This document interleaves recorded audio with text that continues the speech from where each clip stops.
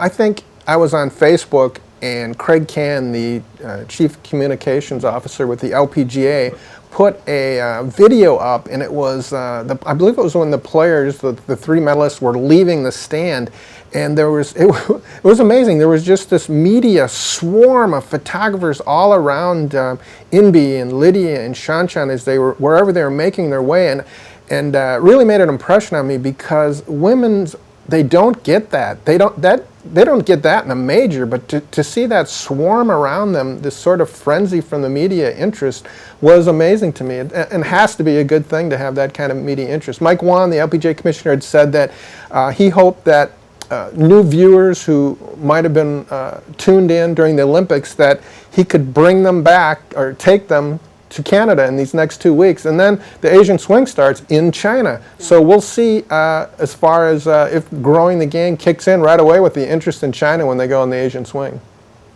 Rex, final thoughts? Yeah, I was part of that scrum. I kind of got caught up in that, and it was amazing. I mean, there were so many photographers, so many people, and it was just a very, very interesting moment. And, you don't really get that in the men's game either. And just the idea that suddenly they have all this exposure, and I really have to give Mike Wan and Craig King credit for how they really had everyone to buy in. I mean, I talked about the men who didn't show up.